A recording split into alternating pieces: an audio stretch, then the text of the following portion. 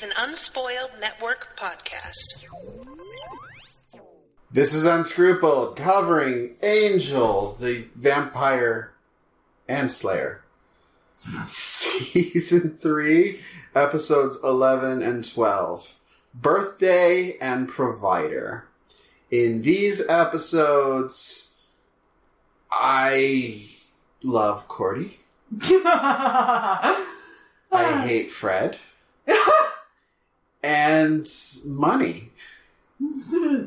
Yeah, money. Welcome to Unscrupled.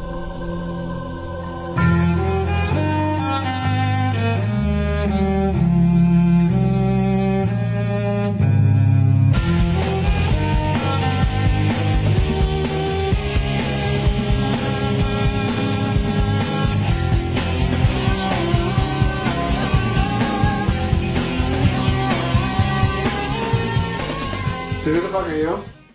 I'm Bitches, and who the fuck are you? I'm Money, and together we are Bitches and Money. Hello. Hey there. Hey guys, and girls, and those who have yet to make up their minds. And just non-gender conforming, I respect you.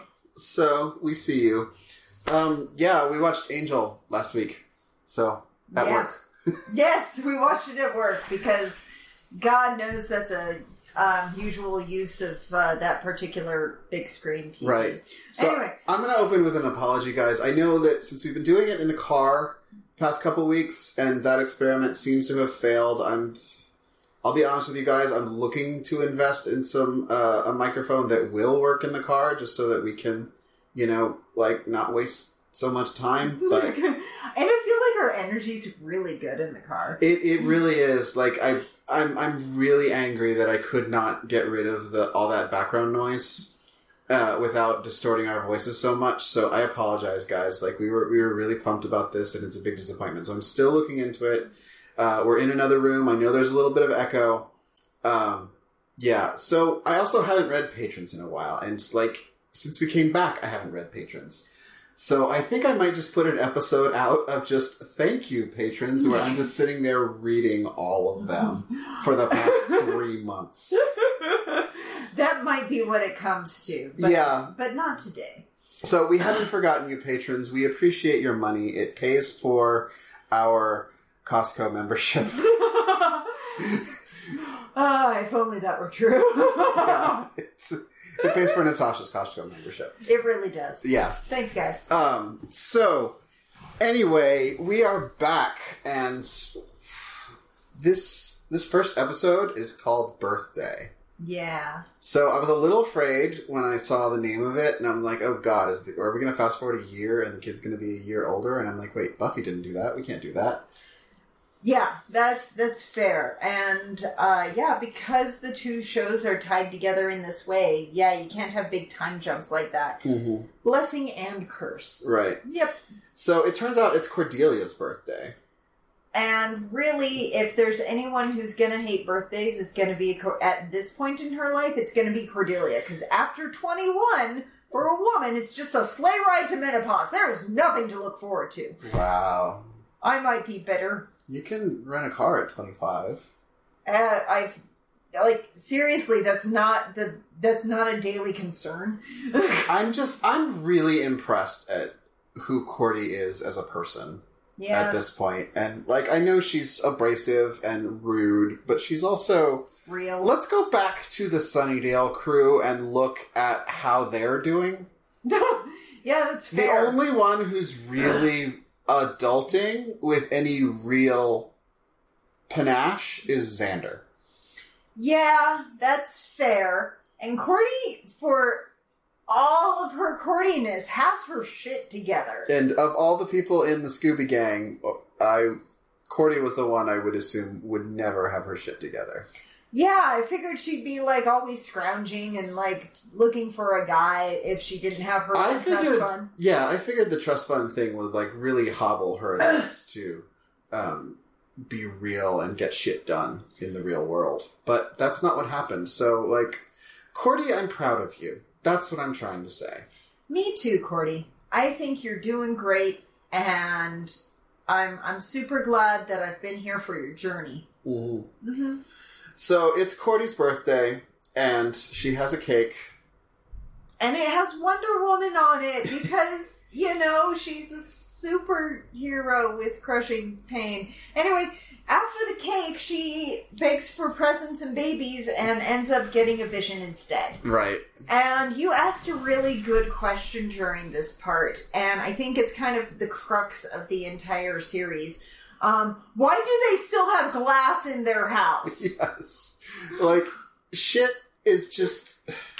Like, seriously, she goes crashing into the weapons cabinet, which immediately shatters. You know what weapons are in there. Just open the doors, or just don't have doors. You don't need doors. Right. You're a freaking investigative body.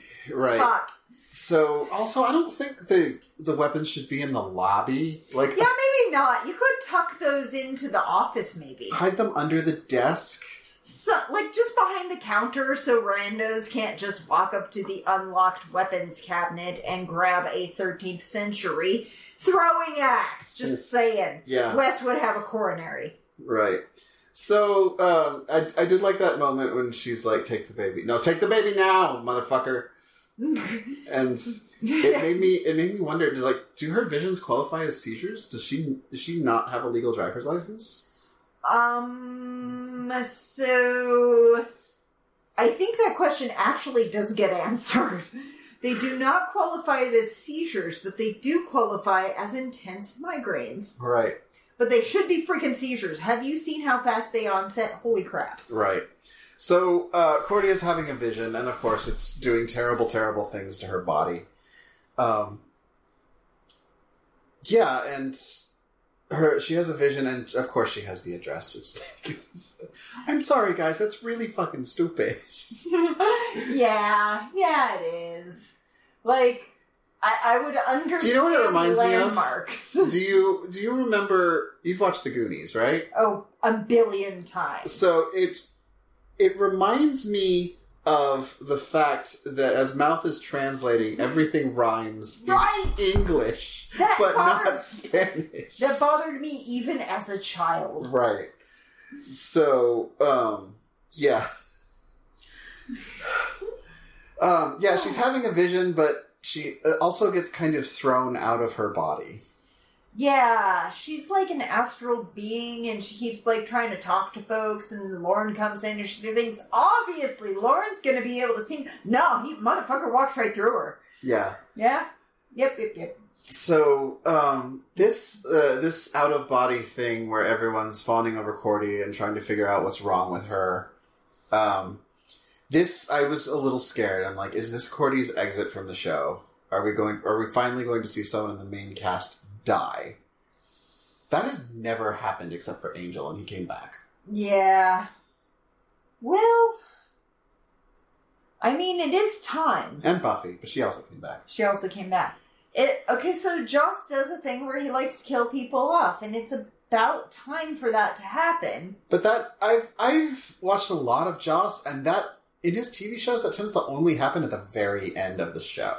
Or when he's afraid he's going to get canceled. That too. But even, like, I'm remembering Dollhouse, all the main characters were alive at the end of season 1. Same for Firefly. Fair. I'm not thinking of another example. But none of his other shows made it this far. We're on season 3 of Angel already. Yeah. Okay. Yeah. Well, there's also, like, actor contracts. That's something you have to factor into it. That's fair. This was before the standard 7-year contract for a new pilot. Well, Charisma Carpenter had been at this for 6 years. Yeah. She could have been thinking that maybe she could, I don't know, get a terrible HBO movie where she bares her breasts. Yeah. Not that I've seen any of those. At all. Wait, are you talking about a real thing? That's a real thing! Okay, so, sidetrack. I was looking for the movie Bound, which is a lesbian classic, because I wanted to instruct one of my young friends into the ways of sapphic cinema. And so I go to Netflix dutifully and look up Bound, and I found this other movie named Bound, which has Charisma Carpenter, and it's rated R, so of course I'm in. And, yeah, no kidding, like, 2 minutes into the movie, you get her boobs. All right. Like, poor charisma. Poor charisma. I mean, you don't know that she didn't enjoy the work. No, it was a bad movie. Like, I couldn't really get much past 5 minutes in because the boobs went away and the plot took over, and oh my god, was it bad. Okay. Like, she did not want this. She didn't deserve this. No one deserved that. Okay. How does she look? Like she's not trying to be 40. She's consistently looked 30 for the last 6 years. Well, in this one, she was consistently trying not to be 40. And as an almost 40-year-old, I know exactly how that feels. And again, charisma doesn't deserve that. I'm sorry, girl. How old is Charisma Carpenter? I'd have to look it up. You look that up while I talk about, like, Charisma's titties in this episode. Yes, talk about them titties. So, there's a whole thing when I think she's out of body at this point, when her tits are just bulging the fuck out of her sweater. And I'm like, oh my god, did they walk her through a freezer before shooting this? So, funny thing. Uh-huh. If you say she's younger than me, like, we're quitting right the fuck now. Oh, I'm not even there yet, but... Oh no. Oh no. Oh no. She is... 48. Born in 1970, my friends. She is 10 years older than me. I'd hit it. I don't give a fuck. Yeah. But, yeah, so there's this thing with augmented breasts. Uh-huh. Where... They're always hard. No, they're not always hard, but depending on your elevation, depending on the pressure in the room, depending on how much humidity there is, they get bigger and smaller. Like, Okay. no kidding.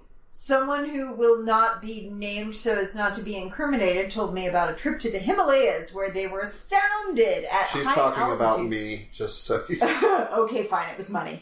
Astounded at the hugely intense elevations, because again, it's the Himalayas, where Everest is.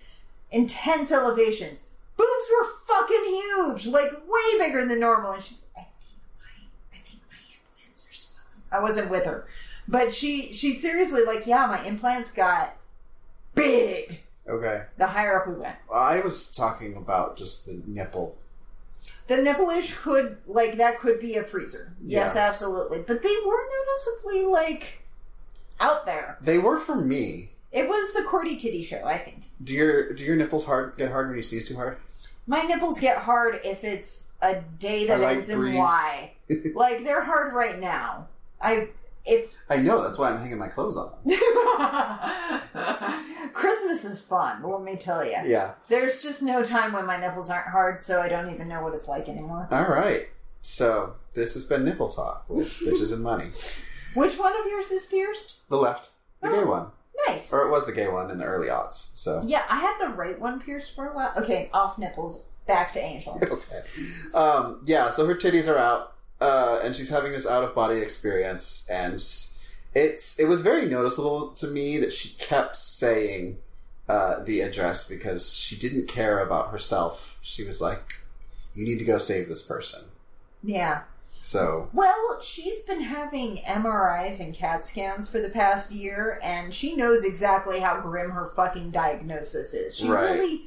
She's playing out her last months. She's content that this could be it.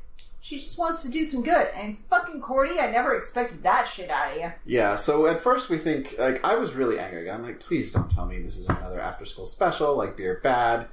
Because we see her taking pills before she passes out. But it turns out, as the crew lovingly discover with Phantom Dennis's help, that she has a shitload of prescriptions because she's been seeing doctors because she's worried about her body holding it together. Well, she's having this crushing pain. Yeah. And she mentions that after a while, the headaches never stop. Yeah. It gets worse when there's a vision, but it just never stops. She's living with chronic pain. And any of you out there with chronic pain, fuck, it's exhausting all the time. Jesus fuck. Anyway, so she's doing this, and I really wish they did a better job of showing that before this, because there's a whole host of kids out there who needed that. Right. And I believe it because they kind of do a good job of it in this episode. Kind of, but what they needed, they really did need to establish it. And the show needs to stop just firing off things that are supposedly giant problems that we've seen no sign of before. Just remember that this is almost 20 years ago, and that we've gotten better at it since then. I mean, I know, but still, it's, all of a sudden, it's... Yeah. ER did it too. It's like, I showed up for a finale, and oh, look, Noah Wiley's a drug addict. Wait, what? Yeah. That happened. I know it happened. I saw all of ER against my will. Anyway. No, you missed the last season because I had to tell you about it. Because I don't fucking... Enough! Can we talk a minute about Phantom Dennis and how sweet he is? Sure. Talk. Oh my god. They go in and he's got a party for Cordy. Just them. He's got a little hat and some glitter, and he is ready for her to be home and to pamper her, and that's adorable. He has been taking care of her this whole time, and he even hides her secrets. He's the best boyfriend she's ever had. Yep. That's very true. Bar none. I do wish we saw more. Wish we saw any of Phantom Dennis. Yeah, I just really, I could do a whole show that was just Cordy's apartment with Phantom Dennis. Yeah. That sounds fun. That should have been her show. Yes! The whole Cordy show in the weird universe should have been her and Phantom Dennis just, having zany adventures. Yeah. Oh my gosh, this is so awkward. Yeah. Could have been gold, guys. Yeah, Phantom Dennis is a solid... roommate. Cordy has been staring death in the face for a while, and she hasn't let on about it. And that kind of, who else in the Buffyverse has sucked up their own problems and dealt with other people's problems exclusively? And just been completely altruistic about it and not had that, not being resentful about it, just, it's very mature of her. It's kind of abusive on everyone else's part, but they also don't know. So yeah, and there's no way to know because she's actually secretly a good actress. Who knew? Yeah. Cordy, the only part you can play is the lie that is your life. Right. So, But yeah, seriously, huge, unprecedented character growth and maturity, all being displayed by Cordy right here. And I'm into it. Yeah. I'm into it. Yeah, so meanwhile, Cordy has a visit from someone we haven't seen in a while. And it's Skip. Our friend Skip. Don't you just love Skip? Skip is kind of great. I think so, too. So, Skip goes to visit her, and he's basically she's doing the ghost dad thing where she's out of her body. Yeah. So... For those of you who didn't see the 1990 classic Ghost Dad, we all saw Ghost Dad. You know why? Because that was the VHS they put in when there was a substitute teacher. Okay, maybe in Texas they tortured their children that way, but in California we have standards. Mm-hmm. We watched Pocahontas in Spanish. Really? Maybe not Pocahontas. There were a lot of Disney movies that were also in Spanish, so sometimes we would watch them and learn Spanish. So, yeah. What other, we had... Fern Gully. Ours was Ghost Dad. We didn't have Fern Gully because that was hippie propaganda. Well, California. Yeah. Now that you think about it, it is very Texan to see a rapist movie about his ghost not dying. Wow! Shit! That's so meta. Okay, moving away from Bill Cosby. Yeah, BT dubs, guys. Ghost Dad stars Bill Cosby. I know some of you are not old enough to have seen it. Don't do it. It's not worth it. Yeah. Anyway, so yeah, he's incorporeal. That's the entire thing. She is also incorporeal, but trying to affect things in the real world. And it's rough. So what do you automatically do? Not jump into your own body. Oh no! You jump into the undead! Yeah.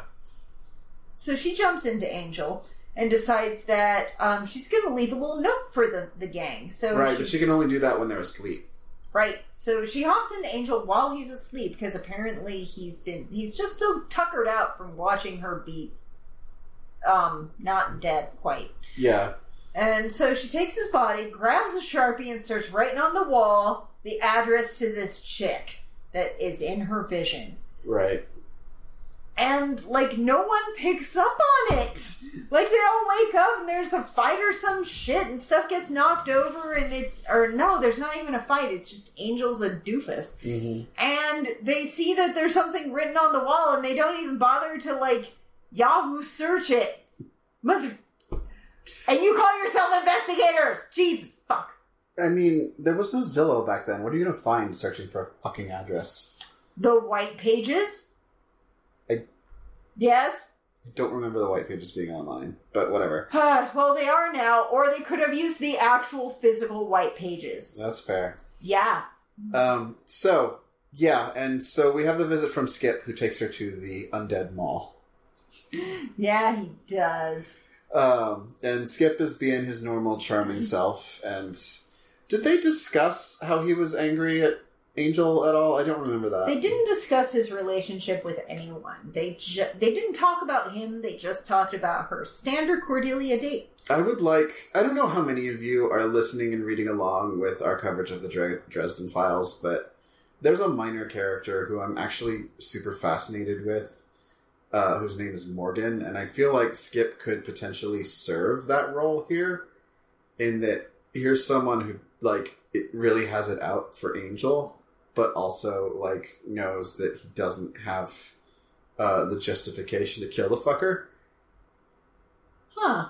Because he's also a good person. Because you're technically on the same team. Not just technically on the same team, but, like, you know how there's someone who gets their shit done, and sometimes skirts the rules, but you just fucking know that there's something rotten about them?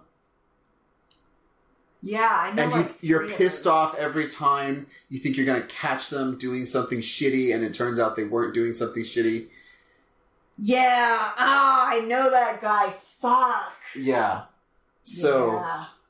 Yeah. I don't want Skip to be that guy. No, I'm talking Skip. Skip is the guy who's us in this scenario. Oh, okay. And Angel is the one who's doing the shitty things. I feel like that was kind of the Lindsay-Angel relationship. Like, Lindsay kept expecting Angel to be shitty, and Angel... Maybe I'm making that up in my head. Anyway, so... No, I feel like Lindsay was the opposite way. Lindsay wanted to believe Angel, but here was this guy who was always there at every one of the crimes she was investigating. Oh, you're... So she wanted to believe he was good, but she just couldn't after a point. No, you're not thinking Lindsay, sweetie. You're thinking the cop Kate. Oh, that's right. Yeah, no. Lindsay's a girl name. Lindsay is any name it wants to be, and fuck you for gendering it. But also, I think you were right, though, with Lindsay was the opposite. Lindsay wanted Angel to be good, and whenever Angel would fuck up, Lindsay would take it super personally and get all butthurt about it. Yeah. I finally figured that shit out. So I would love to see Skip in this role, who's coming in like, Angel, you blew up a church. There were people in it. They were vampires. Yeah, but still. It's like, shit. I did not check that column. Right. So, Wait, let me go to my spreadsheet. It's a Google sheet, so I can access it from here. Wait a minute. Fuck! Fine, go about your business. Right. So, Skip tells Cordy that there's, he brings back a ghost of a poor woman who had visions back in the day. The old day. The old-ass Holtz day. And she seems all chill and stuff, and then she says, oh yeah, that last vision totally blew out the back of my skull. And then she turns around and it's horrific, and fuck you, Joss. Yeah, that was gross. Yeah. Looked like a vagina. What? No, it didn't. Kind of did. Excuse me, I've seen a lot more vaginas than you have. I mean, that's fair, but I've also seen a lot of men's drawings of vaginas. Men don't know what vaginas look like. They only know what it feels like. And the answer is awesome. Okay. Sure. Yeah, that was gross. Yeah. And, so he offers Cordy a deal, which is, like, I can give you an escape hatch where you can have the life you wanted. And that party where she ran into Angel and reconnected with him, she could have run into a Talon Scout there. Yeah. Okay, so, quick question. Do you buy this? Buy what? That this is her alternate reality if she hadn't met Angel that night, that she would have been wildly successful and ruled the world like Oprah? I don't know.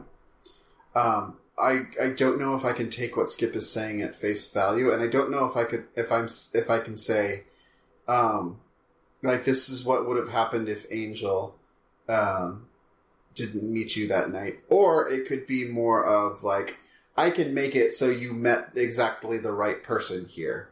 Right. So it's like the pieces are all here. I'm just gonna rearrange them. Exactly. So I can rig the RNG in your favor. Huh. And we can take you forward to there, you know? Okay, so you totally see that could be the thing. That You're could not be willing to pick a side yet. Well, it's because, like, I don't believe that had she not met Angel, that would have happened. Okay. I believe that there are a lot of very unlikely things that could make that happen. Okay. It is not out of the realm of possibility. All right. So, and Skip is clearly in the position to reorganize time itself. Yeah, he's that kind of guy. Right. So then we are now in this new world where Cordy is a famous actress. Yeah, she's pretty much Mary Tyler Moore. Yeah. She's all 5 friends. Yeah. Yeah. And... There were 6 friends. Fuck you. I don't care. Friends is stupid.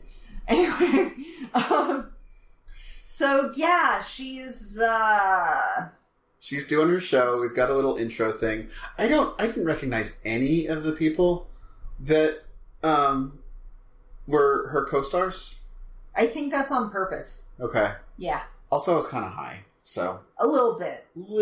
But I remember seeing it originally and seeing it a couple of times since then, and yeah, I didn't recognize anyone any of those times, so Don't feel bad, they're extras. Okay. So yeah, she's doing her thing, and I really forget, like, what she is actually up to at this point. What do you mean? Like, in the... How does she end up at the hotel? Oh, yeah. She has an itch in her brain. And Skip warns her that the itch is going to be there. Mm-hmm. But she has an itch in her brain, and she feels like she needs to go someplace. And she has a hard time remembering what the name is. She's like, hyperbolic, and her assistant's like trying to book her a hyperbolic chamber. And it's like, no. Hypochondriac, he's calling hospitals. Hypoglycemic, we need some... Yeah. She, like... to the point where we were making up our own hypo things. Yeah. And the answer was no. She wanted Hyperion. She wanted to go stay at the Hyperion Hotel, which apparently is a hotel again in this universe. Well, I mean, it never... It was defunct when Angel found it. I mean, yeah, but remember Rich Michael Bolton? Rich Michael Bolton. Oh, yeah, that dude. Yeah, he invested in it. So maybe instead of, like... Okay. Yeah, maybe he turned it into a hotel again. Like Angel Investigations goes and evicts the demons, or someone evicts that demon that was... I could totally see him saying, oh, this is prime fucking real estate. We need to clear out the demons. I'm going to hire a demon killer, and we'll get rid of the demons, and now I can turn this into a very upscale hotel. That seems legit. Right. So, she goes there and she finds the scrawling of the address. Yeah. Skip, you missed a spot. Yeah. So she decides to go investigate. And that's where she runs into this poor woman, and what's she doing? She's summoning a demon just for fun? Oh, no. She's trying to bring her dad back. Like, her mom and her dad split up. And her dad likes to bail, so she's trying to summon her father back, but she, like, kind of did some of the spell wrong because she didn't have all the right ingredients, because she doesn't have a magic shop, like in Sunnydale. And she screws it up and, summons a demon, which Gunn and Wesley promptly show up to battle. Right. Wesley only has one arm. Yeah. Like Gunn doesn't know who she is. She doesn't know who Gunn is. Right. For a quick second, I was like, how the fuck do you know who Wesley is? And I'm like, oh, you guys kissed. Yeah. While you were in high school. Yeah, they had a whole year together investigating shit. Right. A lot of time in the library. Mm-hmm. So, yeah, they catch up a little bit. Gunn didn't believe that... Gunn never believed Wesley that he kissed this famous actress. Well, Wesley did say that they went out, and they did not, in fact, go out. They just had an awkward kiss in a library. Right. After their burning passion for, like, months, for Christ's sake. He gets a pass. Collapsed like a flan in a cupboard. Wow. Wait, you can't put flans in cupboards? No, they have to be cold. I have to change my relationship with flan. Does God have a flan for me? That might be my favorite meme in the world. So they take her back to the hotel and show her what's happened to Angel, who's gone. Entirely he's not in the hotel, sweetie. They have Sorry, not the hotel. They're flat. Yeah. They have a shitty apartment where Angel is. I don't think the business is doing very well without Cordy. I don't even think they have a business. Oh no, they're just freelance run up and stab stuff. That is their business model. Right. And hope that the money happens. Fred is probably dead because Cordy never got thrown into Lorneverse. So. Pylea. Yeah, there's a whole bunch that's like fucked up about this world, and Cordy sees it right away. Yeah. To be fair to her. Even, vapid star Cordy is like, this shit ain't right. And she goes to their hideout and sees what has become of Angel, who is a fucking mess. Right. And then she kisses him. And then she kisses him because that's how you get visions. Right. But instead of visions, she gets her memories back. Right. And Skip comes at her and was like, the fuck? Why are you doing that? She's like, because this shit ain't right. Give me my visions back. And he's like, you can't stand them. You'll die. And she's like, well, what are my options? And he's like, well, you could become half a demon, but it's going to be super painful and suck a lot. And she's like, demon me up, buddy. This is very, very, very predictable. Isn't it just? It works because of Charisma Carpenter's portrayal of Cordy, though. Yes. Because, like, any other character / actress, I don't know whether to blame this, whether to give credit to the writers or to the actress here. But, like, it could have been, well, the world needs me. Ta-dum! Yeah, she didn't do that. It could have been that. She's like, bullshit. Yeah, okay, so I'll have a fucked up life. And? Yeah. She's like, what? Bring it on. She's not even like that. She's like, no, this is how things are supposed to go. Yeah. So this would have been a really cheesy episode were it not for Cordelia's attitude and were it not happening to Cordelia. Yeah. Yeah. Everyone else, it would be the sacrifice that we have to feel bad about. She is just like, no, this is the plan. This is what we're doing. This is my part. This is how I do it. Can we just do it? Yeah, let's get this over with. Fuck. Why are we talking? Just do it. All right. And, okay, so one more, though. Mm-hmm. We don't get any of that journey that she must have gone on, that painful, horrible half-demon journey. Why is that? I mean, I don't care. Okay. I don't want to see her in pain anymore. That's fair. Like, I feel like we should have gotten something, though. I just, like, I'm okay with it happening off screen. Okay. I don't care. Like, Cordy's been through enough. She doesn't seem to be. It would be just so fucking voyeuristic at this point.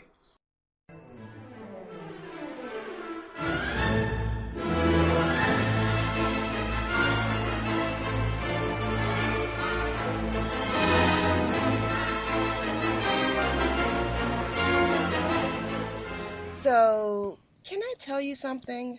Always. You know how our awesome listeners send us all kinds of cool Harry Potter themed stuff? Mm-hmm. Pop dolls, books, journals, candy. I mean, they send us so much stuff.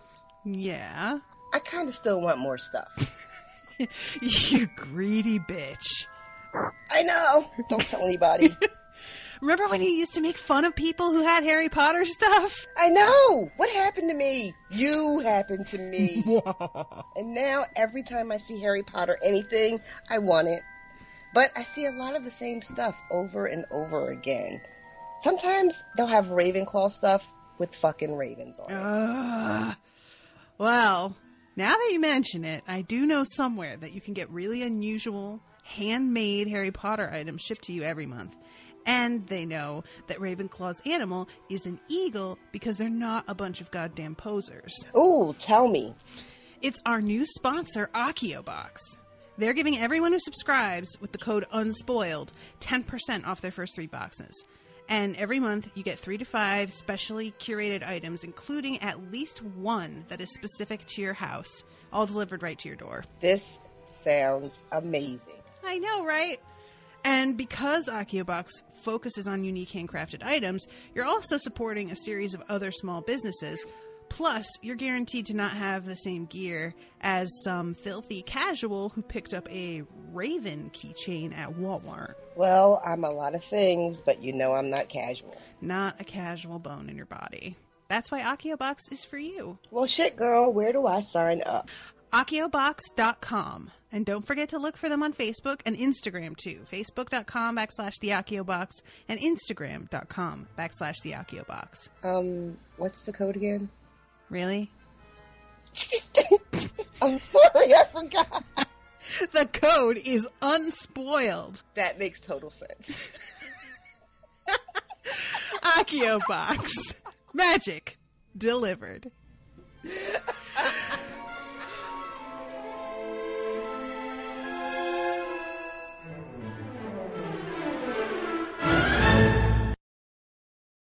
So, yeah, just let her accept her fate and walk on, and she's totally nonplussed about it. She's down to earth, and she's also like, this is what needs to happen. This is the lot I've drawn in life. So, which is not something you'd think a Beverly Hills girl would think, ever. Well, she's not a Beverly Hills girl. She's a Sunnydale girl. Whatever. But she was from that... Strata? Not quite that strata. Beverly Hills is its own super strata. But she is from that tribe. Right. All right. So, and then we go back to her waking up and giving a vision, and she's having a vision, and she's fine. Yeah. Also, she's floating. Yeah. She got a bit of stuff. She's super stoked that she doesn't have a tail, though. Right. I kind of saw, like, Lauren giving her some mad side eye when she's like, oh, thank God I don't have horns. Yeah. That was well done. So, I don't understand, like, I've always assumed that half demon means that one of your parents was a demon. But if they're making you a half demon, like, now I'm just weirded out. Like, wouldn't that just make you a demon? Because vampires aren't half demons, they're just fucking demons. So, okay, let's be fair.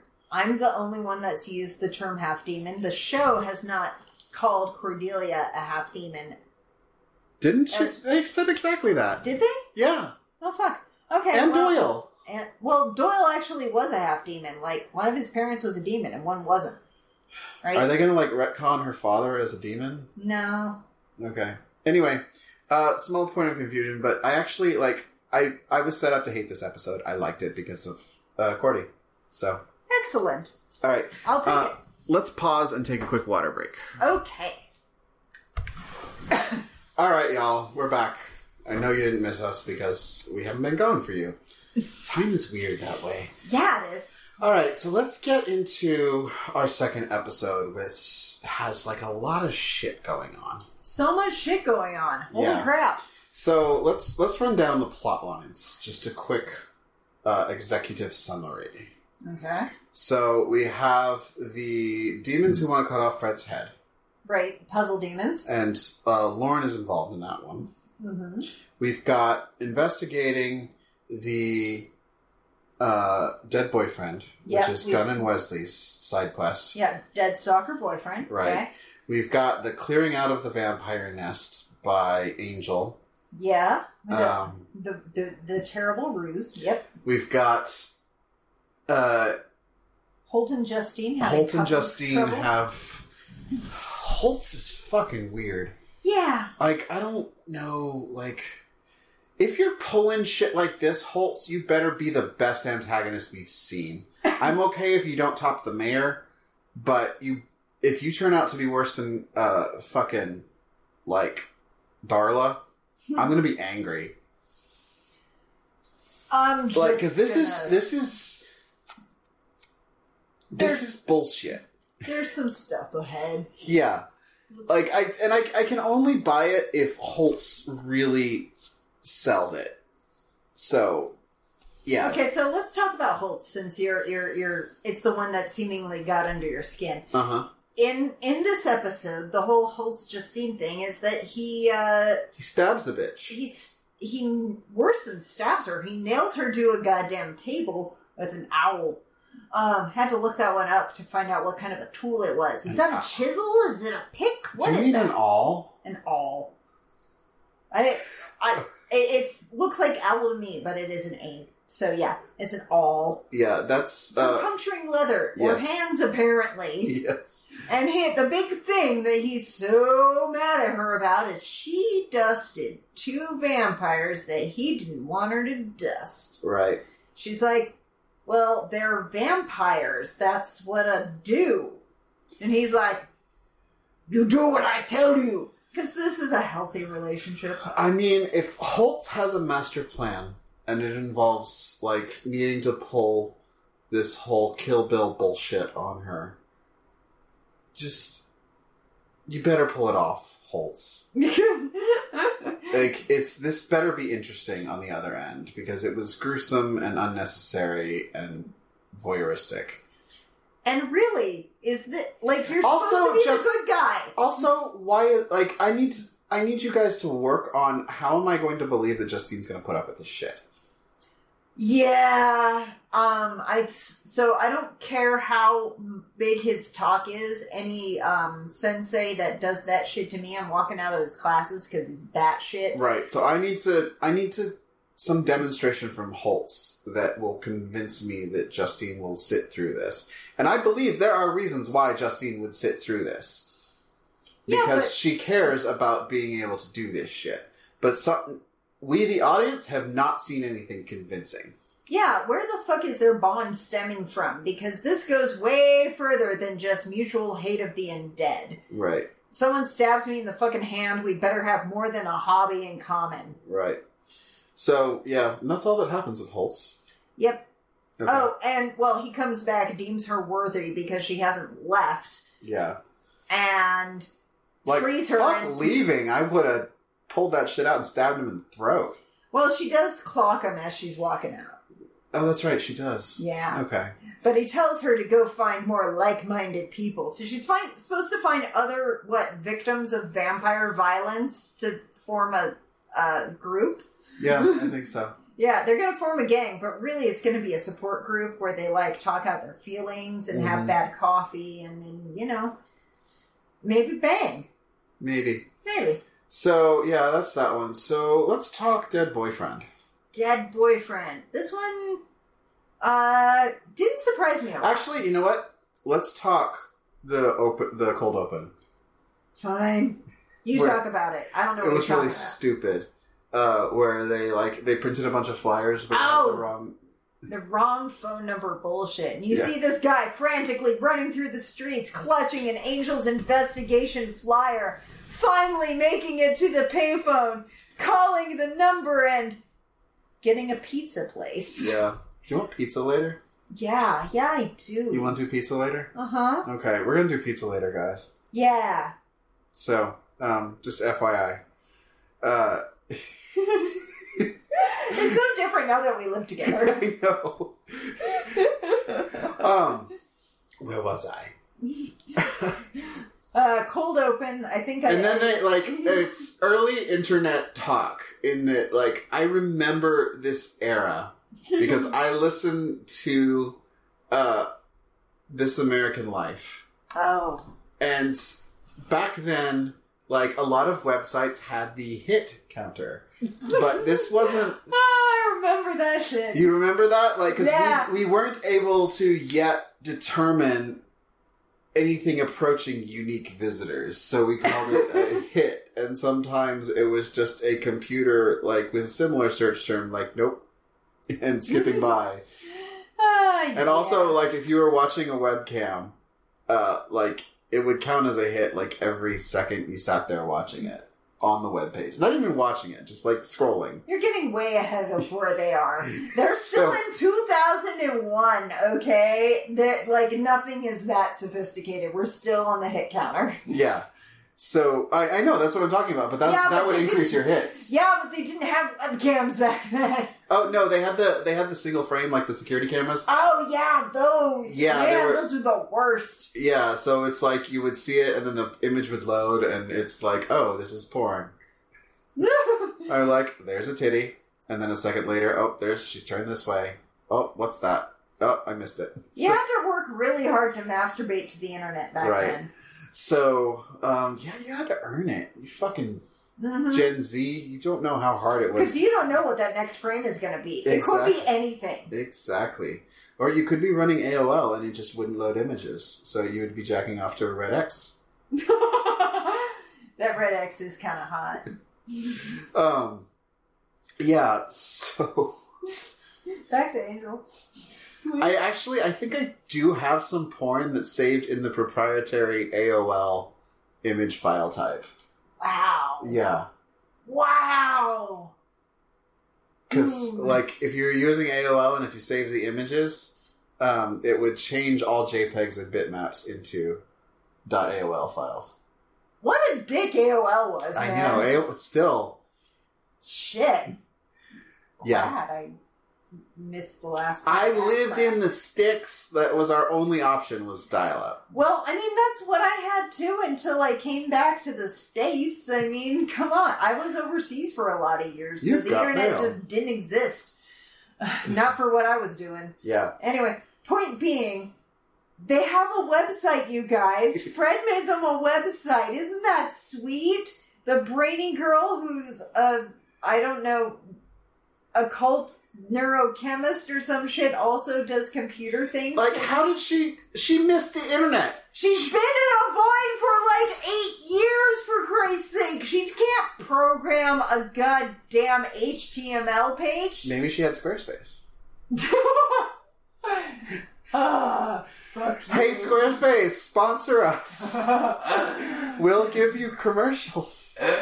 We'd make hilarious Squarespace I know. commercials. We really do. Hey, have you been stuck in Pylea for the last 8 years and can't make Hey, your are own you website? not getting enough hits on your website? On your website counter? Do you not know how to make it not the straight number and rather that old-timey version? Do you need Comic Sans for your Lenny the Koopa fan page?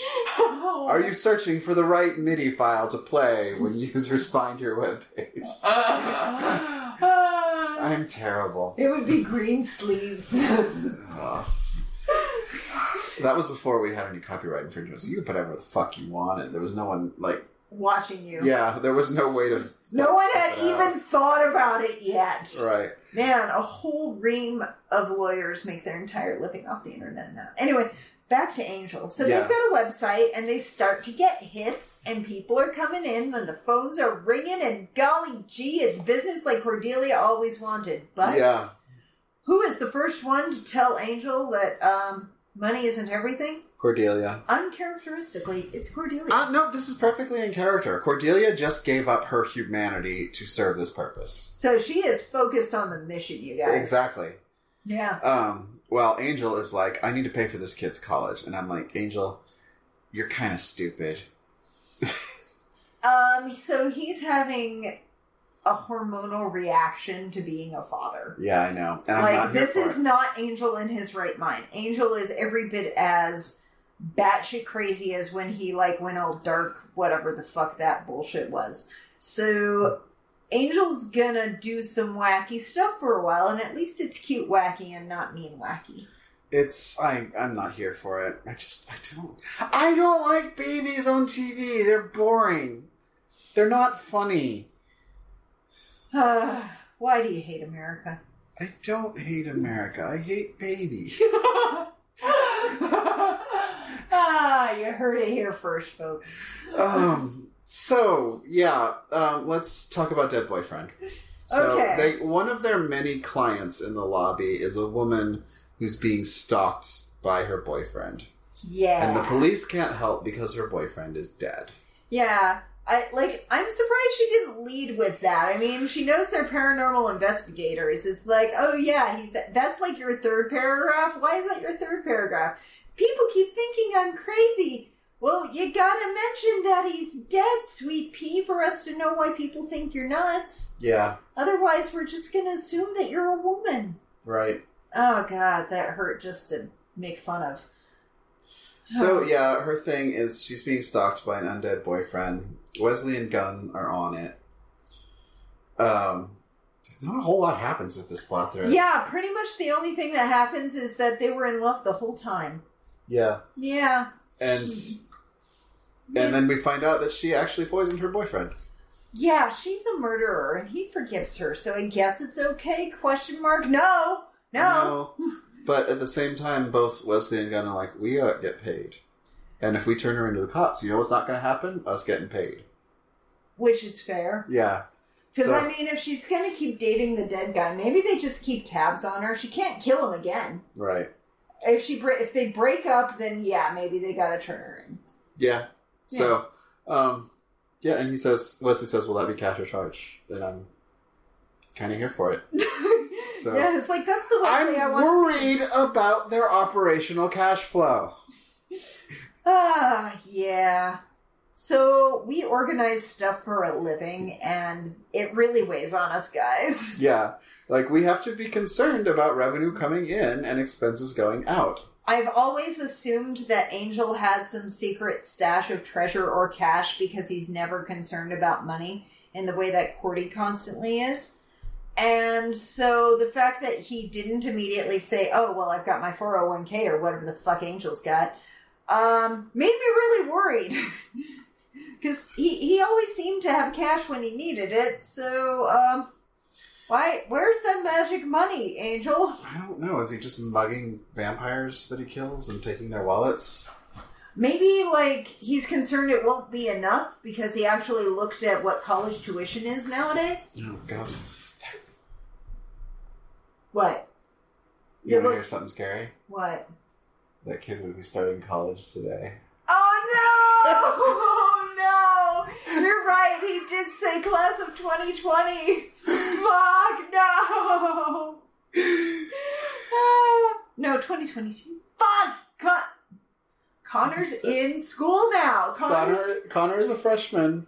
God only knows where. Probably DeVry. Maybe. I don't. Where do you think Connor's gonna go to college? I Harvard, Yale. Maybe he's gonna go to Watcher School. Alright. Do you think Watcher School has classes in regular colleges? Like secret ones? I think so. That'd be cool. I mean, they need Watchers to be very literary and also science-y and also magic-y. And I'm assuming mathy. Yeah, probably. I mean, math is in... Like, arithnomancy is a for real thing. It probably isn't. They need an extensive history. Oh, yeah. God, what other, do they need physics? They need chemistry so they know how metals work. Being a Watcher sounds like a really well-rounded education. Okay. So, yeah, they probably have classes in liberal arts colleges. Yeah. Yeah. So, yeah. And so that's the end of that plot thread. Yeah. That didn't go real far. This next one was actually my favorite, and that's the Angel one. The Angel one? Yeah. Where he gets paid to clear out a vampire nest. Oh, yeah! And totally gets duped by this was guy. Actually a really good story, where he goes to the office and the guy says, they're demanding $5,000 to start eating my employees. He's like, so you're going to pay me $5,000 and then another $5,000. This is more money. And he's like, but it's not about the money. And he's right, because if you can get $5,000 out of someone, you can get $5,000 out of someone again. So, for, the rest of time. Also, his employees need to know that he has their back. Yeah. And also, other vampire gangs or gangs in general need to know that you don't fuck with this guy, because he'll fuck you back. Right. That's a total thing. So Angel goes back and takes care of some of the vampires. He takes care of what he thinks are all of the vampires. Right, and then he goes back and he finds out that this guy was pulling one over on him. And that wasn't all the vampires. Right. Yeah. But the guy he was impersonating says, yeah, he was trying to get me into this thing where, like, for a bunch of money, he could find some treasure. And he's like, ooh, treasure. Treasure. Yeah, we're totes into treasure. I like some treasure. We watched Halls a couple weeks ago, and she loved it. Yes. It was a really good movie, guys. So I just really like treasure.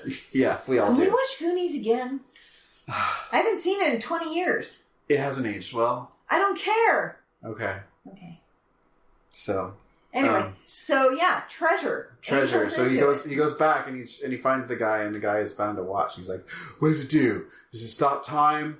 Does it turn Coke to Pepsi? Does it find your parking space? He's like, well, it's supposed to glow, but it doesn't. It's broken. And then we get this emotional thing where he's like, no, they killed my friend, and I needed someone to take care of it because I'm not capable of that. And it's like, yeah, this is a really effective character beat for someone we're never going to see again. Yeah, and Angel's like, well, I feel that, but damn money. Yeah. You owe me some fucking money. Yeah. And then so they get attacked by Moran. right, so they have to barricade themselves, and Angel's like, oh, I don't want to help you because you fucking cheated me, and I'll be fine. But he's like, I can't let this guy die, and yeah, there's this whole moral struggle. Yeah. Were you here for the struggle? I mean, the struggle was real. We've all had that struggle. I don't know. It had Angel's like smarmy face on. Like, yeah, that does make any struggle seem less real. But it's like, I'm not here for Angel. I'm here for the other guy in the room whose name I don't even know. Like, this was a really compelling story. So that's that part. Okay. So Puzzle demons, right. So they originally come in because they want Wesley to solve a puzzle. Yeah, they read an article he wrote or some shit, and they're like, hey, this guy's got a brain, let's throw his brain at our puzzle and see how that goes, and we'll give him lots of money. Angel's totes into this idea. Lauren is translating. Well, poorly, apparently. And Wesley's kind of busy at the moment, but Fred's totally into these puzzles. She is a puzzle master. She notices that all of the shapes on their patterns have a prime number of sides, which is very, very observant, Fred. Yeah, good job. And they ascend in a particular power that's a spiral or some, I don't know. Yeah. It's math and geometry and stuff. Anyway, they decide she's pretty bright. She can try this puzzle for us. Right, so they change their mind, and I kind of liked Lauren. What was that line? It's like, either we're going to do or cheese monkey. Okay. So... yeah. It was stupid, but I liked it. Translation's hard, but those little absurd jokes really make some things fun. Right. So Lauren and Fred go to this big-ass yacht where she starts doing the puzzle, and he goes to look for the bathroom, and he overhears them saying that they're going to replace her, take her head and stick it on their boss. Which doesn't make any kind of sense. I mean, nothing here makes any kind of sense because this show doesn't world build. It just throws things at you and says, deal with it. Yeah, okay, so you've got a nice, young, smart head and you're going to put it on an old body. But how does that help their boss? I think it keeps him alive. Does it, though? Where's his consciousness going to live? 'Cause I mean, you're assuming the consciousness lives in the head. That's fair. But it's still... It lives in the heart. Don't you know? We're looking in the wrong place. And his heart's in his ass. Whatever, I don't care. Point being, they're going to put her head on him and it's bad. Right. Then Cordy shows up. I forget why. I don't know. And Lauren's trying to help and not because he's a lover, not a fighter. I don't even fucking know. But somehow they get out of the scrape. Right. They get out of the scrape when everyone else shows up. But, there's nothing particularly interesting about this plot thread except the fucking money. Yeah, there's a whole suitcase full of money, and Angel wants to snuggle it. And, in fact, does snuggle it for some time. I was really worried that there was going to be some stupid, like, we can't give this money, it belongs to orphans or something like that. But, like... Yeah, they don't fuck around with that No, shit. they need that money. That's like at least a month or two of operating costs. $50,000? Yeah. That's a year of operating costs. Are you shitting me? They run a shoestring operation. They barely have anything. They've got three salaries to pay. Gunn, Wesley, Cordy, Angel, Fred. Angel doesn't get paid. Angel doesn't get paid? He's in equity. Fred doesn't get paid. She gets free rent. So how does Angel buy blood and stuff? I don't think he does. I think he just fucking steals it. No, they show him, going to butchers and shit. Oh, that's right. Yeah, he drinks pig's blood. Okay. So, Angel's gotta have some walking around money. Yeah. But, Cordy's got an expensive rent, clearly. Yes. I don't know about, Wesley has supplies. Yeah. Yeah. Yeah. So, yeah. And then we end with Angel and Cordy in bed with the baby. Weird. I'm going to backtrack on something I've done before. Yeah. I'm kind of okay with Cordy and Angel. And here's why. Okay. For the same reason I was okay with Riley and Buffy. Because no one else is going to understand their shit. Well, it's like campaign sex, you know? Okay. You've got, and we've all heard the rumors that campaign workers are working 20 hours a day. You fuck who is available. Right. Angel can't be in a relationship. Cordy can't now be in a relationship. They're both super committed. They both have a kid to raise together. I'm kind of Might as well. Yeah. Okay. If that's how you got to it, I support you. Mm-hmm. Personally, the idea still makes me writhe and burn inside. I mean, that's fair. As though I've been doused in some mildly caustic chemical. But I feel that way with Buffy and Spike, right? This is a yeah. bad fucking idea. Yeah. I don't feel that way with Cordy and Angel. One, because Cordy is strong enough to, not deal with Angel's shit. And Okay. she's the only one in his life who's, holding him to any standard. Okay. So, she might as well get some of that cold, dead dick out of it. Ugh. You do you, girl. That seems so unpleasant. I mean... Maybe she can put him in a steam room for a while first. It's baby, go take a shower and warm that shit up. Okay. Come on back. The crock pot. Yeah. Yeah. Go sit in the crock pot for 8 hours. Till you're cooked through. Yeah. So, alright guys, we have some reviews. Y'all ready? Let's do this. Oh, that's my, Audacity isn't working. So, Melanie Linares, one of our very, favorite patrons, who is, we interact a lot on the Facebook groups. And she is from the United States with a rating of 5 stars. Yet another reason to rewatch the Buffyverse. I am in love with the quirkiness and friendship of these two hosts. I have been listening for over a year, and this show is still as hilarious as that first listen. Less than 3. Heart. I know. The two cover both Buffy and the Angel TV shows, and while I never made it far into watching Angel, I still enjoy the commentary. I initially went in expecting a straightforward take on the show and was delighted at a unique personal take. This is what Unspoiled is. People think we're gonna, that's only half of it is that one of us hasn't seen it. The other half is that we won't stop talking about our own fucking lives. Yeah. The journey is the purpose, guys. Right. The show does not take itself too seriously. No, we do not. No indeed. There's crude humor occasionally and talk of sexuality, and I love that. Take a listen yourself and join B&M along the bumpy Joss Whedon ride. Yeah. So thank you, Melanie. So, we also have a 1-star review. We're going to address this? We're going to address this. I haven't read it before, you guys. This is my first time hearing this criticism. Neither of them seem very fond of it. Well, we need to think they're about obviously not listening. paying attention. Yeah, I'm pretty You're pretty enthused, and I'm Yeah. not hating it.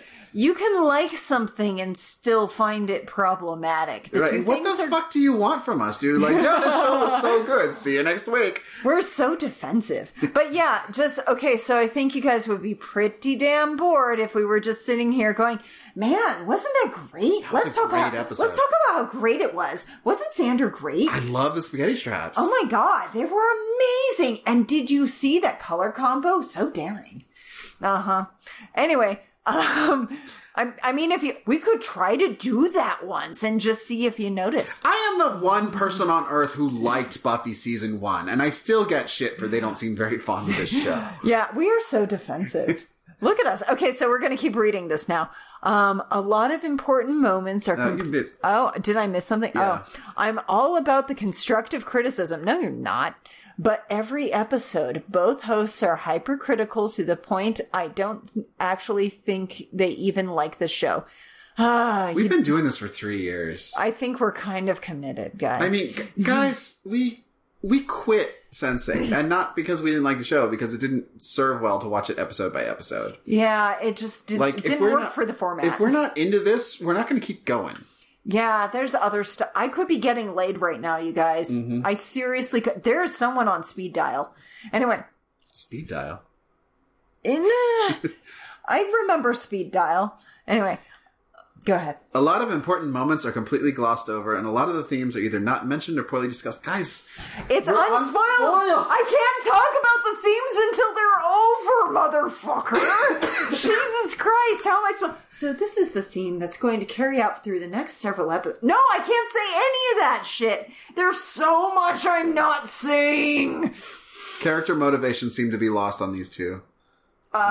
You know what? I just can't talk about the motivations they're going to have in several episodes. I can talk about their past motivations, and we do, ad nauseum. Yeah. Continue. They have moments where they have valid criticism, and that is fine, but unfortunately many more where the discussion is just so excruciatingly nitpicking. You don't get to decide what's valid. I mean, whatever. Like, we do go on tangents, but that's because, we're not very good at staying on topic. We really aren't. I'm starting to believe that thing that people keep telling me where I'm ADD. Yeah, people tell me that too. Maybe we should look into that. Oh, wait, we're doing something. And that is unpleasant to sit through. Okay, don't listen, guys. Yeah, I've listened to dozens of episodes because I wanted to like this, but it's just not that much fun to listen to. Learn to say no. This sounds like something you need to work on with yourself and maybe a therapist. There's a great screenshot going around of a Steam review where it's like, I guess this game's okay. I wish it wasn't so buggy. I have to quit because I can't do it anymore. And it says 2,000 hours on record. Oh my god. I've listened to dozens of episodes. Well, clearly... Well, if you don't like something, stop. Yeah. We don't have an overarching plot. We really don't, guys. We do this purely out of spite. Yeah, there's never going to be that big payoff where one of us learns the lesson in the end and we hug and cry. That's not going to happen. We had that 10 years ago, guys. Okay. That's all we got. That's all we got. And I'm sorry, patrons. We're just, I know it's snowballing and I'm going to have to read. I think I'm going to put out an episode that is just me reading the patrons. You already mentioned that at the top of this, and they don't believe you now. So, all right, guys. It is time for us to go get some pizza. Yeah! All right. Bye! Bye!